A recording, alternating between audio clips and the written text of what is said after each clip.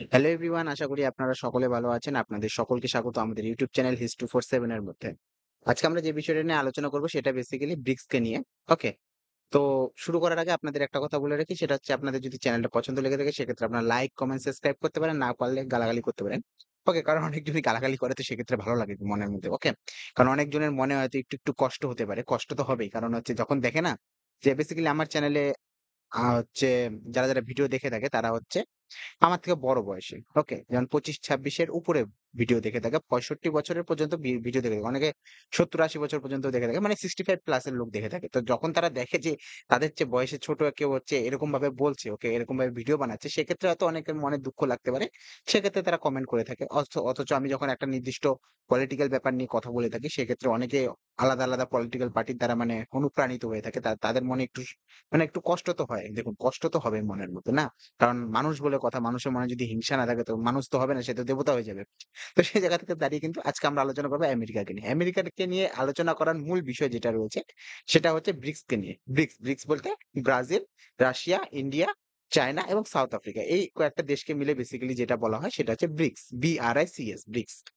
Bricks এর next summit হবে হচ্ছে রাশিয়াতে। ওকে? রাশিয়ার কাজান বলে একটা জায়গা রয়েছে। সেই কাজানের মধ্যে হবে। আপনারা আপনাদের পাশে দেখতে পাবেন যে চিত্রের মধ্যে দেখতে পাবেন কোথায় হচ্ছে। ওকে? বেসিক্যালি এটা হওয়ার চান্স রয়েছে অক্টোবরের ২২ তারিখ থেকে ২৪ তারিখের মধ্যে হয়ে থাকবে। ২০২৪ এর মধ্যে এই বছরই হবে। রাশিয়ার কাজানে। ওকে?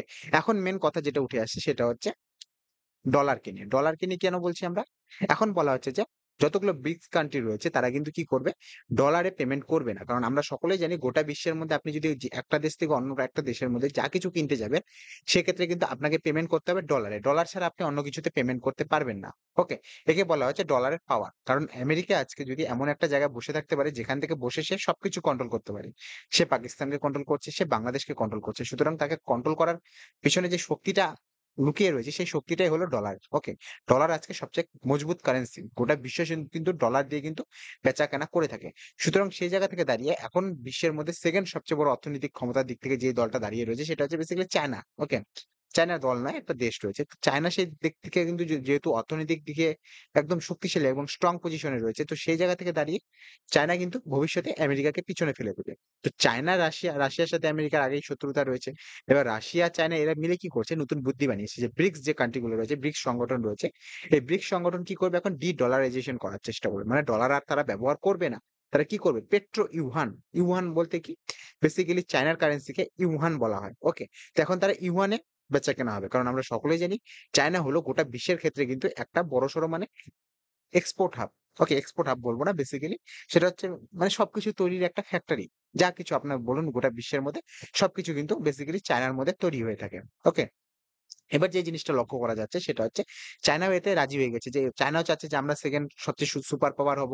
সেক্ষেত্রে আমি কি করব? পাওয়ারফুল হব। তো সুতরাং আমেরিকা যদি নিজের ডলার চালাতে পারে, আমি কেন আমার ইউয়ান চালাবো না? ওকে? তো সেই জায়গা থেকে দাঁড়িয়ে চায়না পুরোপুরি ব্রিক্স কান্ট্রি গুলোকে বলেছে যে তারা কি করবে? এখন থেকে পুরোপুরি ডলারে ব্যবসা করবে না। ওকে? এখন তারা করবে পেট্রো ইউয়ানে। আর নতুন ব্রিক্সে যারা যুক্ত হয়েছে গত বছর সেটা হচ্ছে ইরান যুক্ত হয়েছে, সৌদি আরবিয়া যুক্ত হয়েছে, UAE যুক্ত হয়েছে এবং যুক্ত হয়েছে কিন্তু ইথিওপিয়া। এর মধ্যে সবচেয়ে বড় অর্থের অর্থ বলছি তেলের যে ভান্ডার রয়েছে সেটা ভান্ডার রয়েছে সৌদি আরবিয়ার কাছে রয়েছে, ইরানের কাছে রয়েছে। এবং ইরানের সাথে ইরান বলছি যে আমেরিকার সাথে সৌদি আরবের একটা হচ্ছে পুরোপুরিভাবে কিন্তু মানে ডিল সাইন করা ছিল। বেসিক্যালি সেটা হচ্ছে সৌদি আরবিয়া যখনই তেল বিক্রি করবে সেটা কিন্তু সে শুধুমাত্র ডলারেই পেমেন্ট নিবে। অন্য কোনো কারেন্সিতে কিন্তু সে পেমেন্ট নিবে না।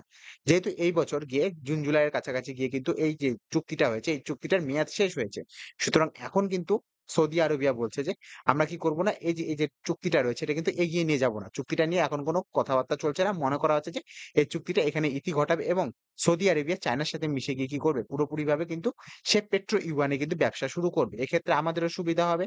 আমাদের থেকে বেশি হচ্ছে চায়নার সুবিধা হবে। কারণ চায়নার যেহেতু কারেন্সি শক্তিশালী হবে সুতরাং আমাদের পার্শ্ববর্তী দেশ চায়না সে কিন্তু শক্তিশালী হবে। ওকে? তো সেই জায়গা থেকে দাঁড়িয়ে যে জিনিসটা বলছি যে এই জিনিসটা কিন্তু ঘটতে চলেছে। ওকে?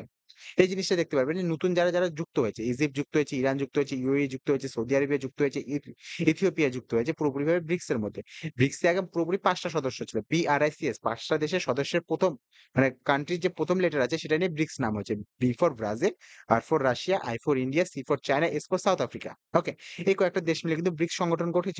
এবার দেখা যাচ্ছে যে পরবর্তীকালে দেখা গিয়েছে যে ব্রিক্স কান্ট্রি গুলো কি হচ্ছে? শক্তিশালী হয়ে যাচ্ছে অর্থনৈতিক দিক থেকে। ওকে? চায়নার কাছে এবং ইন্ডিয়ার কাছে সবচেয়ে বেশি পপুলেশন রয়েছে। ইকোনমিও চায়নার কাছে রয়েছে, ইন্ডিয়ার কাছে রয়েছে। ওকে? সৈনিক দিক থেকে রাশিয়া খুব পাওয়ারফুল হয়ে গিয়েছে। আর যারা হচ্ছে বেসিক্যালি এখন ডেভেলপিং কান্ট্রি রয়েছে সেগুলো হচ্ছে বেসিক্যালি হচ্ছে ব্রাজিল রয়েছে, ইন্ডিয়া রয়েছে। ওকে? এইসব কান্ট্রি গুলো কিন্তু পুরোপুরিভাবে নিজের অর্থনীতি বৃদ্ধি করছে। সুতরাং সবাই কিন্তু এখন ব্রিক্স এর দিকে নজর দিয়ে রেখেছে। পাকিস্তানও বারবার বলছে যে আমরা ব্রিক্স এ যুক্ত হবো। কিন্তু ব্রিক্স এ কিন্তু যুক্ত হওয়া অতটা সোজা ব্যাপার নয়। এখন পাকিস্তানকে যুক্ত করা হবে না। ওকে? এই জিনিসটা নিয়ে শুরু হয়েছে। এবার শুরু হয়েছে তো এবার আমেরিকার তো পেটে ব্যথা হবেই। কারণ হচ্ছে সৌদি আরবিয়া বেসিক্যালি এমব্রিজ চালু করার চেষ্টা করছে। কেন এমব্রিজ চালু করার চেষ্টা করছে? দেখুন এমব্রিজ এর সাথে বেসিক্যালি ব্রিক্স এর এই সমস্যাটা এটাই দাঁড়াবে যে দেখুন আমরা যদি ভবিষ্যতে কি করি পেট্রো ইউয়ান এ নিয়ে চলে আসি। মানে আমরা তেল কিনবো, ইউয়ান এ কারেন্সি হবে। কিন্তু আমাদের কাছে তো ইউয়ান নাই। কিংবা সৌদি আরবের কাছে ইউয়ান নাই। ওকে, চায়নার সাথে ব্যবসা করলে আমরা কি করতে পারবো? যে চায়না থেকে আমরা কোন জিনিস কিনলাম। ওকে, সেক্ষেত্রে চায়না কি করবে? আমাদের থেকে টাকা নিয়ে নিলো কিংবা হচ্ছে ডলার নিয়ে নিলো কিংবা চায়না যদি আমাদের থেকে কোনো কিছু কিনে, ভাবুন আমাদের দেশে কোনো জিনিস উৎপন্ন হচ্ছে সেটা আমরা চায়নাকে বিক্রি করছি। সেক্ষেত্রে কিন্তু চায়না কি করবে? চায়না হচ্ছে নিজের কারেন্সিতে দিয়ে দিবে আমাদেরকে। বলবে যে, "এই যে এত ইউয়ান দিয়ে দিচ্ছি, নিয়ে নেন, ইউয়ান নিয়ে নেন।" ওকে? এবার ইউয়ান আমার কাছে চলে আসলো। এবার আমি যখন সৌদি আরবিয়া থেকে কিছু কিনতে যাবো, তেল কিনতে যাবো, সেখানে ইউয়ানটা আমি দিয়ে দিলাম। ওকে? সৌদি আরবিয়া নিয়ে নিল। এবার সৌদি আরবিয়া যখন হচ্ছে চায়নার কাছ থেকে কিছু কিনতে যাবে, চায়নাকে কি করবে? ইউয়ানটা দিয়ে দিবে, ঘুরে ফিরে চায়নার কাছে চলে আসে। এর ফলে কি হবে? চায়নার কারেন্সিটা কিন্তু স্ট্রং হবে। ওকে? এর দ্বারা কিন্তু পরবর্তীকালে একটা সমস্যা যেটা সৃষ্টি হবে সেটা হচ্ছে বেসিক্যালি দেখা যাবে যে আমি যখন রাশিয়ার থেকে কিছু কিনতে যাচ্ছি সেক্ষেত্রে আমার কাছে ইউয়ান নেই। অথবা আমি যদি সৌদি আরবের থেকে তেল কিনতে যাই সেক্ষেত্রে আমার কাছে যদি ইউয়ান নেই সেক্ষেত্রে কি ঘটবে? সেক্ষেত্রে যেটা ঘটবে সেটা হচ্ছে basically digital currency. Digital currency বলতে এমব্রিজ পদ্ধতি। এমব্রিজ বলতে একটা হচ্ছে রাশিয়া চাচ্ছে যে তারা একটা পুরোপুরিভাবে ডিজিটাল কুপন বের করবে কিংবা সৌদি আরবেও সেক্ষেত্রে হচ্ছে নিজেকে মানে এগিয়ে নিয়ে যাচ্ছে। সৌদি আরবেও বলেছে যে আমরা কি করব এমব্রিজ টেকনোলজি নিয়ে আসবো। যেক্ষেত্রে কি হবে? একটা কারেন্সি বানানো হবে যেটা হচ্ছে ডিজিটাল কারেন্সি। এই ডিজিটাল কারেন্সির দ্বারা যেকোনো দেশ কিন্তু কি করতে পারবে? সৌদি আরবিয়া থেকে কি করতে পারবে? পুরোপুরিভাবে তেল কিনতে পারবে। এর ফলে কি হবে? ডলারের উপর যে আমাদের নির্ভরশীলতা রয়েছে সেটা কিন্তু কমে যাবে। ওকে? এর ফলে আমেরিকার ইকোনমি হ্রাস পাবে ধীরে, ধীরে। এটা সবাই জানার কথা। এবার আমেরিকা কি এটা মেনে নিবে? আমেরিকা মেনে নিবে কি না মেনে নিবে না সেটা কিন্তু সবচেয়ে বড় দেখার বিষয়। ওকে? ভবিষ্যতে কি ঘটে কি না ঘটে সেক্ষেত্রে কিন্তু আমরা দেখব যে দেখতে পারবেন যে প্রজেক্ট এমবিজ। প্রজেক্ট এমবিজ বেসিক্যালি সৌদি আরবিয়া চালু করার চেষ্টা করছে যে পেট্রো ইউয়ান যদি কারো কাছে না থাকে, ইউয়ান যদি না থাকে সেক্ষেত্রে সে কিভাবে তেল কিনবে? সে কিনতে পারবে শুধুমাত্র এমবিজ এর মাধ্যমে। ওকে? বিশ্বের যেকোনো দেশ এমবিজ এর মাধ্যমে সৌদি আরবের থেকে তেল কিনতে পারবে। সেক্ষেত্রে সেই দেশের ডলার কম মানে ডলারের উপর থেকে একটা ডিপেন্ডেন্সি কমাতে হবে। যে এখন আমরা ক্ষেত্রে আমরা যদি লক্ষ্য করা যায় যে আমার দেশে যদি আজকে ডলার শেষ হয়ে যায়, আমার যদি মুদ্রা ভান্ডারে ভারতের যে মুদ্রা ভান্ডার রয়েছে, সেখানে যদি ডলার শেষ হয়ে যায়, সেক্ষেত্রে কি দেখা যাবে? সেক্ষেত্রে কিন্তু সেই দেশ কিন্তু আমরা গিয়ে কিন্তু হচ্ছে যেকোনো দেশের কাছে সেটা সৌদি আরবিয়া হোক, রাশিয়া হোক, সেখান থেকে কিন্তু কিছু কিনতে পারব না। কোন কিছু বাইরে থেকে আনতে পারব না। এই কারণে আনতে পারব না। কারণ আমার কাছে ডলার নেই। ডলার না থাকার কারণে আমি কিন্তু কিছু কিনতে পারছি না। সুতরাং আমার উপর কিন্তু ডলারের উপর কিন্তু আমার একটা নির্ভরশীলতা রয়েছে। এবার সেই নির্ভরশীলতা সেখান থেকে সরানোর জন্য আমরা কি করতে পারি? সেখানে সৌদি আরবিয়া বলেছে যে কেউ যদি আমার থেকে তেল কিনতে চায় সেক্ষেত্রে কিন্তু আমি পেট্রো ইউয়ান দিব। ওকে? ভালো কথা। সেসব কি করবে কি না করবে সেটা তাদের ব্যাপার রয়েছে। কিন্তু ডলারের উপর থেকে ডি-ডলারাইজেশন কিন্তু কমাতে হবে। যে দেখতে পারবেন যে সৌদি আরবিয়া এমবিস ক্রস মানে একটা পুরোপুরি যেমন বিটকয়েন নাম শুনেছেন তো? বিটকয়েন, ইথেরিয়াম, ওকে? ডজ কয়েন এইসব যে কয়েন গুলো রয়েছে বেসিক্যালি এগুলা ক্রিপ্টোকারেন্সি। এগুলাকে ট্রেস করা যায় না এবং এগুলা হচ্ছে সুরক্ষিত বলা হয়। ওকে, বিভিন্ন ডাটাবেস থাকে সেই ডাটাবেসের মধ্যে সেখানে হচ্ছে পুরোপুরিভাবে মানে ক্যালকুলেট করে রাখা হয় যে কার কাছে কতগুলো বিটকয়েন রয়েছে, কোথায় যাচ্ছে, কোথায় না হচ্ছে বিটকয়েন মাইনিং হয়ে থাকে। তো এই বিষয়গুলো নিয়ে আমরা মানে ভবিষ্যতে দেখতে পারবো। এখন এগুলা নিয়ে কথাবার্তা চলছে না। ভবিষ্যৎ প্রজন্ম কিন্তু এইসব কথাবার্তা চলছে। ইন্ডিয়াতেও কিন্তু বিটকয়েন লিগ্যাল নয়। ওকে? লিগ্যাল কারেন্সি নয়। আপনি সবজি কিনে কিন্তু বিটকয়েনে পেমেন্ট করতে পারবেন না। ওকে? এই জিনিসটাই রয়েছে। এখন ব্রিক্সও বলছে যে আমরা কি করব ব্লকচেইন টেকনোলজি বেসিক্যালি ব্লকচেইন মানে বুঝতে পারছেন তো? যেটা বললাম যে মানে একটা কম্পিউটারের সাথে আরেকটা কম্পিউটার কিন্তু কানেক্টেড থাকবে। মানে একটা ডিভাইসের সাথে একটা ডিভাইস। আমি কয় টাকার আমার কাছে কতগুলা মানে বিটকয়েন রয়েছে সেগুলো আমি কোথায় পেমেন্ট করছি সবকিছু কিন্তু বিভিন্ন কম্পিউটারের মধ্যে সংরক্ষিত থাকবে ব্লকচেইন টেকনোলজিতে। এ থেকে কিন্তু যে জিনিসটা লক্ষ্য করা যাবে সেটা হচ্ছে পুরোপুরিভাবে সুরক্ষিত একটা ট্রান্সেকশন সৃষ্টি হবে। এজন্য লক্ষ্য করতে পারবে যে যারা হচ্ছে ডার্ক ওয়েব নাম শুনেছেন, যারা ডার্ক ওয়েব, ডার্ক নেট তারা কিন্তু পুরোপুরিভাবে এইভাবে কিন্তু কারেন্সি দ্বারা কিন্তু পুরোপুরিভাবে লেনদেন হয়ে থাকে। যেমন এখনকার দিনে যদি কিডন্যাপিং হয়ে থাকে সেক্ষেত্রে যদি আমি কিডন্যাপ করেছি কাউকে, এবার আমি যদি তার ফ্যামিলির কাছে টাকা চেয়ে থাকি, তার ফ্যামিলি আমাকে যখন পেমেন্ট করবে, যেই অ্যাকাউন্টে আমার পেমেন্ট আসবে, পুলিশ কিন্তু ট্রেস করে সেই অ্যাকাউন্টটা ধরে ফেলতে পারবে। কিন্তু যদি বিটকয়েন দিয়ে আমি টাকা চেয়ে থাকি, ফেরতি যদি চেয়ে থাকি, সেক্ষেত্রে বিটকয়েন আমার যে অ্যাকাউন্টে থাকবে ক্রিপ্টোকারেন্সিটা, সেটার ক্ষেত্রে কিন্তু পুলিশ কিন্তু সেটাকে ট্রেস করতে পারবে না। এটাই হচ্ছে বিটকয়েনের মেইন ফায়দা। ওকে? তো সেদিকে যাচ্ছি না। মেইন হচ্ছে এমব্রিজ পদ্ধতি। সৌদি আরবে বলেছে ব্রিক্স এর যত কান্ট্রি রয়েছে তারা পুরোপুরিভাবে বলেছে আমরা ডলার ইউজ করব না। আমরা ডি-ডলারাইজেশন করব এবং ইউয়ান এর দ্বারা কিন্তু আমরা নিজেদের মধ্যে ব্যবসা-বাণিজ্য করব। এর মধ্যে সৌদি আরবিয়া বলেছে হ্যাঁ, ইউয়ান এর মধ্যে ব্যবসা-বাণিজ্য করা যেতে পারে। আর এছাড়া যদি কেউ কারো কাছে যদি ইউয়ান না থাকে সে যদি আমাদের কাছ থেকে তেল কিনতে চায় সেক্ষেত্রে আমরা এমব্রিজ পদ্ধতিতে কিন্তু নিতে পারব। অর্থাৎ ক্রিপ্টোকারেন্সি বা ডিজিটাল কারেন্সির মাধ্যমে কিন্তু আমরা কিন্তু কি করতে পারবো? আমরা পুরোপুরিভাবে এই পেমেন্টটা নিতে পারবো। ওকে। এটাই মেইন কথা বলা হয়েছে। কিন্তু এটা আমেরিকা কিভাবে নিবে সেটা কিন্তু মানতে হবে। মানে কারণ আমেরিকা এখন হচ্ছে বাবা মানে ঠাকুরদা রয়েছে।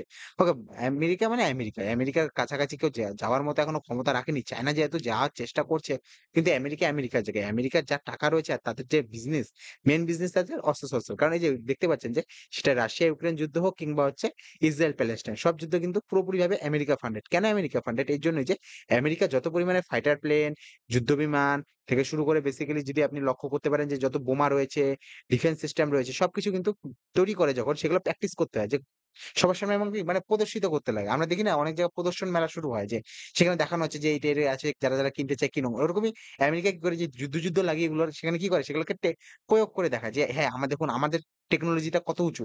এবার যখন উঁচু যখনই হবে তখন অন্যান্য দেশ কি করবে সেই টেকনোলজিটা অর্ডার দিবে। এবং যখনই অর্ডার দিবে কামাই কিন্তু আমেরিকার হবে। আমেরিকা শুধুমাত্র ২ টো জিনিসের উপর নিজের টাকা খরচা করে থাকে। একটা হচ্ছে নাসার উপর। নাসা তাদের নিজের সংস্থা রয়েছে। নাসা কিন্তু পুরোপুরিভাবে গোটা বিশ্ব ব্রহ্মান্ডকে জানতে চায়। সুতরাং নাসার উপর কিন্তু আমেরিকা সবচেয়ে বেশি ইনভেস্ট করে। আর ২য় যে জিনিসটার উপর ইনভেস্ট করে সেটা হচ্ছে বেসিক্যালি আমেরিকার ভিতরে যে কার্টেল রয়েছে, ড্রাগস কার্টেল, সেই ড্রাগস কার্টেল থেকে আমেরিকানবাসীকে রক্ষা করার জন্য। কারণ যে আমেরিকার নিচের দেশগুলো রয়েছে, সেই আমেরিকার নিচের দেশগুলো হচ্ছে দক্ষিণ আমেরিকার দেশগুলো। যেগুলোকে বলে যেমন ইকুয়েডর রয়েছে, ঘানা বলছি, ইকুয়েডর, ব্রাজিল, তারপর হচ্ছে নিকারাগুয়া, ওকে, গুয়াটেমালা এইসব দেশগুলো রয়েছে। এইসব দেশগুলো কি করে এল সালভাডর রয়েছে, চিলি রয়েছে, আর্জেন্টিনা রয়েছে, বলিভিয়া রয়েছে। এইসব দেশগুলো কি করে ড্রাগস তৈরি করে এবং ড্রাগস তৈরি করে আমেরিকার মার্কেটে বিক্রি করে। কারণ আমেরিকার লোকের কাছে টাকা বেশি রয়েছে।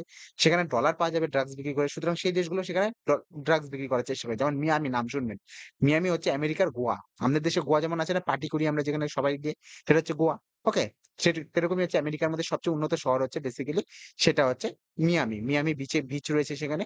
তো সেখানে সবচেয়ে বেশি ড্রাগ কার্টেল করে। তো আমেরিকা যত টাকা কামাই করে না সবকিছু মধ্যে থেকে তারা যেখানে তাদের ইনভেস্টমেন্ট খরচ যেখানে সেটা হচ্ছে বেসিক্যালি নাসার মধ্যে খরচ করে থাকে এবং আরেক জায়গায় যেটা খরচ করে থাকে সেটা হলো ড্রাগস কার্টেলের মধ্যে। সরি হ্যাঁ? তো সেটাই বলছি যে আমেরিকা কি এটা মেনে নিবে? আমেরিকার ইকোনমি যদি এইভাবে নষ্ট হয়, আমেরিকা কিন্তু কখনোই মেনে নিবে না। আমেরিকা কিন্তু চাপ সৃষ্টি করবে। কারণ এর আগেও আমরা দেখেছি ভারত যখন রাশিয়ার থেকে তেল কিনতে গিয়েছে সেক্ষেত্রে কিন্তু আমেরিকা আমাদের উপর চাপ সৃষ্টি করেছে।